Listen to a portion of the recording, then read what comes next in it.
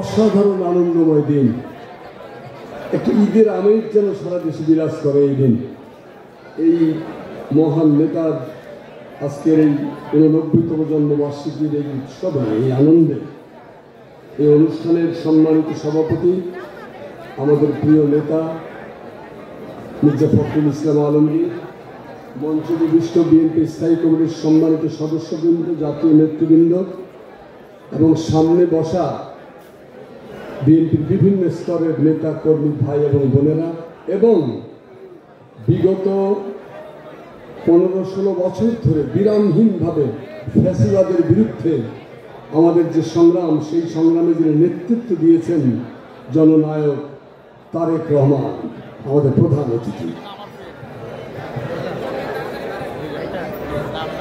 আমি আমার বক্তব্যের শুরুতেই বাংলাদেশের স্বাধীনতার ঘোষক, দেশের প্রথম মুক্তিযোদ্ধা, দেশের প্রথম প্রেসিডেন্ট, আধুনিক বাংলাদেশের স্থপতি শহীদ জিয়ার প্রতি জানাচ্ছি আমার অকুণ্ঠ শ্রদ্ধা। একই সঙ্গে মহান মুক্তিযুদ্ধের বিভিন্ন স্তরে যারা দেশকে স্বাধীনতা এনে দেওয়ার জন্য প্রাণদান করে গেছেন, সেই সব মহান শহীদদের স্মৃতির প্রতি জানাই শ্রদ্ধা। একই সঙ্গে গত 15-16 বছর ধরে ফ্যাসিবাদ বিরোধী সংগ্রামে যারা অবর্ণনীয় নির্যাতনের শিকার হয়েছেন, জুলুমের, অত্যাচারের, নিষ্ঠুর নিষ্পেষণের, গুম খুনের, তাদের সবার প্রতি জানাই শ্রদ্ধা।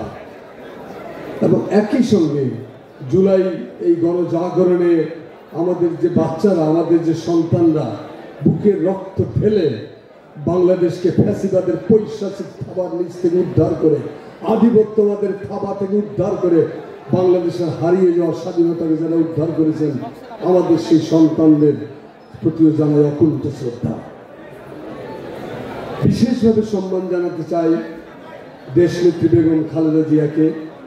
1983 সালে তিনি যখন রাজনীতিতে অংশগ্রহণ করেন, সেই দিন থেকে আজ পর্যন্ত তার মতো জনপ্রিয়তা নিয়ে বাংলাদেশের রাজনৈতিক মঞ্চে আর কোনো নেতা নেত্রীর আবির্ভাব হয় না। একই সঙ্গে তিনি যে অবর্ণনীয় নির্যাতন সহ্য করেছেন, সেই নির্যাতনও আর কোনো নেতার উপর কখনো হয়নি। তারপরেও তিনি নিরবিচ্ছিন্নভাবে, অকুণ্ঠভাবে, সঠিকভাবে সংকটে, প্রতিকূল আবহাওয়ার মধ্যে থেকেও বিএনপিকে তার গন্তব্যে পৌঁছে দিয়েছেন। আর ফ্যাসিবাদ বিরোধী সংগ্রামের গত 15-16 বছরের আমাদের নায়ক জনাব তারেক রহমানের প্রতি জানাচ্ছি আমার অশেষ শ্রদ্ধা। বন্ধুগণ, আমি সংক্ষেপে বক্তব্য সারব, কারণ মঞ্চে এত সব গুরুত্বপূর্ণ ব্যক্তিত্ব রয়েছেন, সেখানে একজন সামান্য কবির কথা খুব বেশি ভালো লাগার কথা না। তো প্রথম কথা হলো যে 4-5টা জিনিস আছে জিয়াউর রহমানের জীবনে। এই কথা বলার আগে আরেকটা কথা বলি যে মনীষী কার্লাইল বলে গেছেন যে নেতা আসলে তৈরি করা যায়, নেতা হয়ে ওঠেন। একজন নিজের ভেতর থেকে নেতা হয়ে ওঠেন, জোর করে কাউকে নেতা বানানো যায় না, স্বতঃস্ফূর্ত একটা প্রক্রিয়া। আরেকটা কথা বলেছেন যে কোন নেতাকে ইতিহাস তৈরি করেন, আর কোন নেতা নিজে ইতিহাস সৃষ্টি করেন। জিয়াউর রহমান হলেন সেই নেতা, ইতিহাস যাকে সৃষ্টি করেছে, এবং তিনি নিজে যেখানে ইতিহাস সৃষ্টি করেছেন। এই দুটো গুণ একসঙ্গে বাংলাদেশের ইতিহাসে খুব কম নেতার মধ্যে ঘটেছে। আপনারা বলবেন যে শেখ মুজিবুর রহমান, বলতেই তো পারেন, কিন্তু শেখ মুজিবুর রহমান ইতিহাসের দায় নিয়ে এসে বাংলাদেশের শাসন ক্ষমতায় আসীন হওয়ার পর থেকে তিনি তো পরিপূর্ণ ভিলেনের ভূমিকা অভিনয় করেছেন। তিনি কল্পনার রূপকথার রাজা, সত্যিকারের মুকুট বইবার যোগ্যতা এবং ক্ষমতা কোনোটাই শেখ মুজিবুর রহমানের ছিল না, সেজন্য তিনি ব্যর্থ। যাই হোক, জিয়াউর রহমানের জীবনে 5টা শ্রেষ্ঠত্ব।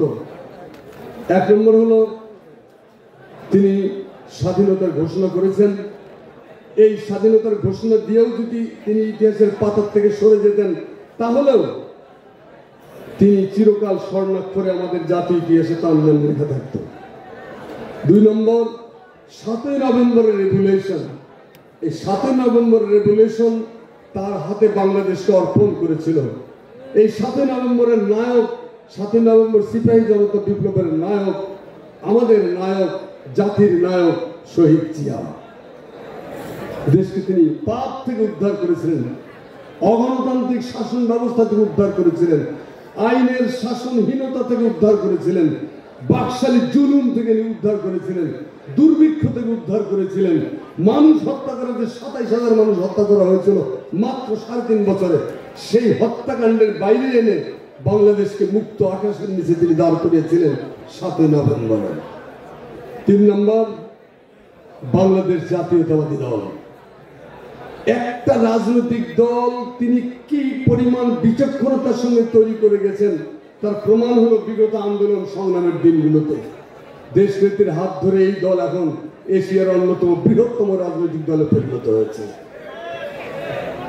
এই যে রাজনৈতিক দল তিনি তৈরি করে গেলেন, এত সৈনিক, তিনি জানতেন স্বাধীনতা অর্জন করাই সব নয়, স্বাধীনতা রক্ষা করার একটা কর্তব্য। সেই স্বাধীনতা রক্ষা করার জন্য তিনি বিএনপিকে জন্ম দিলেন এবং বিএনপি সঠিকভাবে সেই কাজটি পালন করেছে।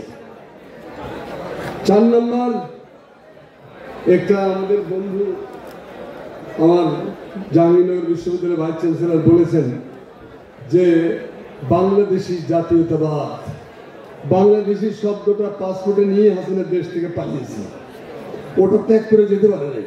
তো বাংলাদেশি জাতীয়তাবাদ, বাংলাদেশের জাতীয় ইতিহাসে এই যে রাজনৈতিক দর্শন, রাষ্ট্রনৈতিক দর্শন, রাজনৈতিক দর্শন শহীদ জিয়ার আগে দেশে আর কেউ দেন নাই। এইখানে তিনি অনন্য এবং একক মেবা দ্বিতীয়ম। 4 নম্বর, আধুনিক গণতান্ত্রিক বাংলাদেশকে তিনি স্থাপন করে গেছেন। এখন সংক্ষেপে আরো 2-1 লাইন আমি বলবো যে এই যে জাতীয় ইতিহাসের যে 1000 বছরের আমাদের ইতিহাস, 1000 বছরের ইতিহাসে জিয়াউর রহমান কেন সর্বশ্রেষ্ঠ, কেন তিনি অনন্য, সেই কথার উপর 2-1 কথা বলবো আমি।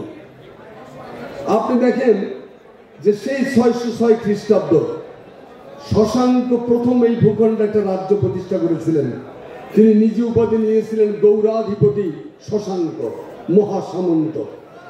একটা কাজ করেছিলেন যে একটা স্বাধীন রাষ্ট্র প্রবর্তন করেছিলেন, যদিও দেশটার নাম বাংলাদেশ ছিল না। একটা মাত্র কাজ।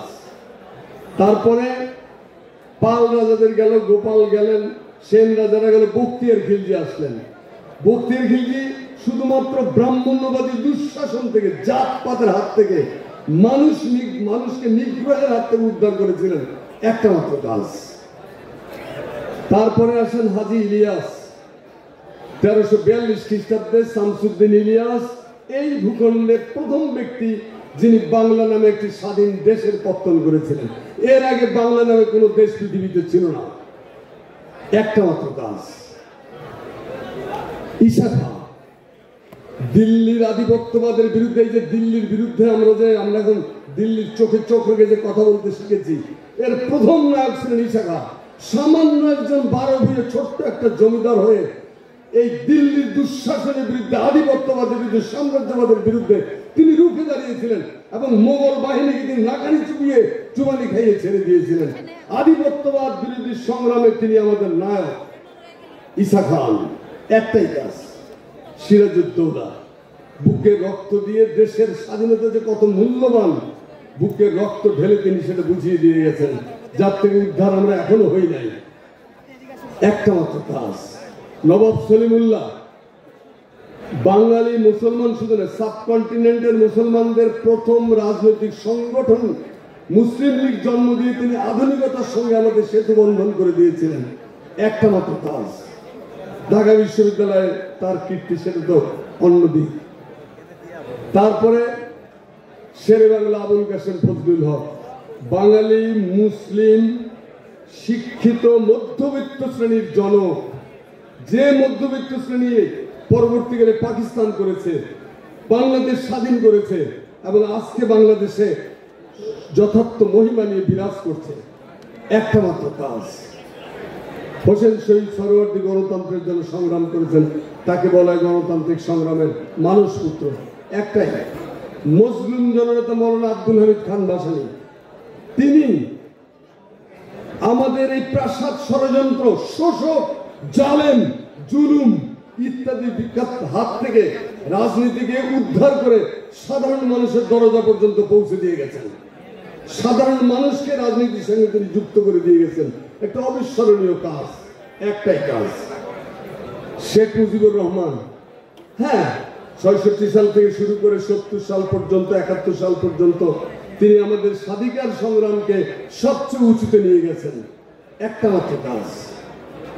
এবার আসেন জিয়াউর রহমান, শহীদ প্রেসিডেন্ট জিয়াউর রহমান, বাংলাদেশের প্রথম প্রেসিডেন্ট। তিনি কতগুলো কাজ করেছেন। ১ নম্বর, স্বাধীনতার ঘোষক, প্রথম মুক্তিযোদ্ধা।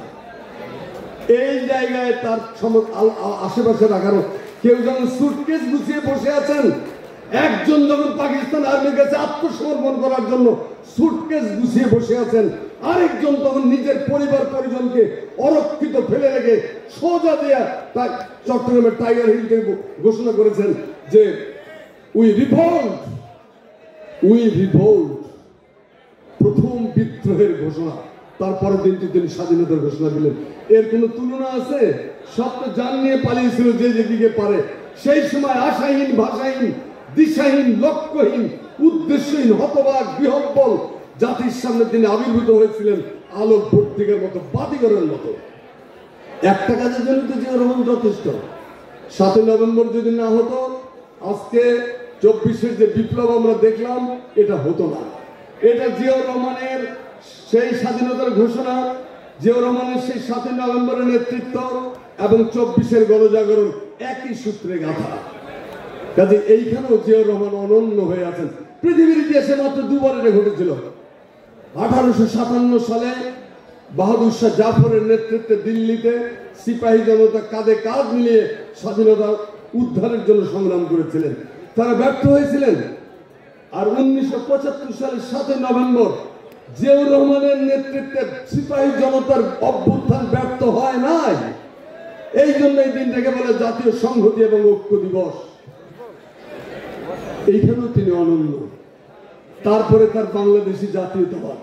আমি তো বললাম একটা আইডেন্টিটি ক্রাইসিস ছিল আমাদের। মুক্তিযুদ্ধে গিয়ে দেখি বিহারিদেরও কেউ কেউ মুক্তিযুদ্ধে অংশগ্রহণ করেছেন, সেই চাকমারা অংশগ্রহণ করেছে, মারমারা অংশগ্রহণ করেছে, মুরংরা অংশগ্রহণ করেছে, গারোরা অংশগ্রহণ করেছে।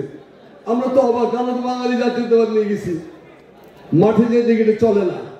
দেশ স্বাধীন হলো, হাউকাও লাগলো, তিনি বললেন সবাই বাঙালি হয়ে যাও। মানবেন্দ্র লাগলো বললেন কেন আমি বাঙালি হব, নৃতাত্ত্বিক পরিচয় আমি চাকমা, আমি কেন আমার আইডেন্টিটি মুছবো? গোলযোগ। এই যে গোলযোগ, এই সংকট থেকে জাতিকে উদ্ধার করেছিলেন একটা আমব্রেলার নিচে, যে তোমার নৃতাত্ত্বিক পরিচয় তোমারই, কিন্তু রাজনৈতিক ভাবে, রাষ্ট্রীয় ভাবে তোমার পরিচয় তুমি বাংলাদেশি। আমি, তুমি বাঙালি, তুমি বাংলাদেশি, তুমি চাকমা, তুমি বাংলাদেশি, তুমি মারমা, তুমি বাংলাদেশি। এই যে সাইন্টিফিক একটা আমব্রেলা তিনি নির্মাণ করে দিলেন, সেই আমব্রেলার উপরে বাংলাদেশ দাঁড়িয়ে আছে। ইতিহাসে এই কাজ বাংলাদেশের হাজার হাজার বছরের ইতিহাসে এই আত্মপরিচয় সংকট থেকে জাতিকে উদ্ধার করা একমাত্র জিয়াউর রহমান ছাড়া আর কেউ করতে পারেন নাই। আর জাতীয়তাবাদী দলের কথা তো বললাম। তো এত সব শ্রেষ্ঠত্ব নিয়ে আমরা যদি সঠিক পথে না চলে ছোটখাটো দখলের মধ্যে হাত দেই, দুর্নীতির সাথে যুক্ত করি, সামনের নির্বাচনে কি দশা হবে? জিয়াউর রহমানের পথ সম্পূর্ণরূপে পবিত্র পথ, জিয়াউর রহমানের পথ সম্পূর্ণরূপে দুর্নীতিমুক্ত পথ। এই পথে কেউ কোনো কাটা ফুটবেন না। মাথা ঠান্ডা রাখেন, সামনে আরো বড় লড়াই, সেই লড়াই আমাদের জিততে হবে। আর ছোট্ট একটি পিছনে হাত দিচ্ছেন, আমি শেষ করে দিচ্ছি। যেহেতু কবি মানুষ, একটা কিছু না পড়লে তো কবিতার ইজ্জত থাকে না। জিয়া বাংলাদেশ, ছোট, বেশি বড় না। স্বাধীনতা যদি মাথার উপরে সোনার সূর্য হয়, তাহলে তো তার বাণীর কণ্ঠ জিয়াই সুনিশ্চয়। স্বাধীনতা যদি তিতুমির হয় ইসাখার তরবারি, তাহলে তো তার আসল ঠিকানা আমাদের বাগবাড়ি। স্বাধীনতা যদি রক্তের নদী তুমুল তুফান সাগর, তাহলে তো তার বীজতলাগুলো মানুষের অন্তর।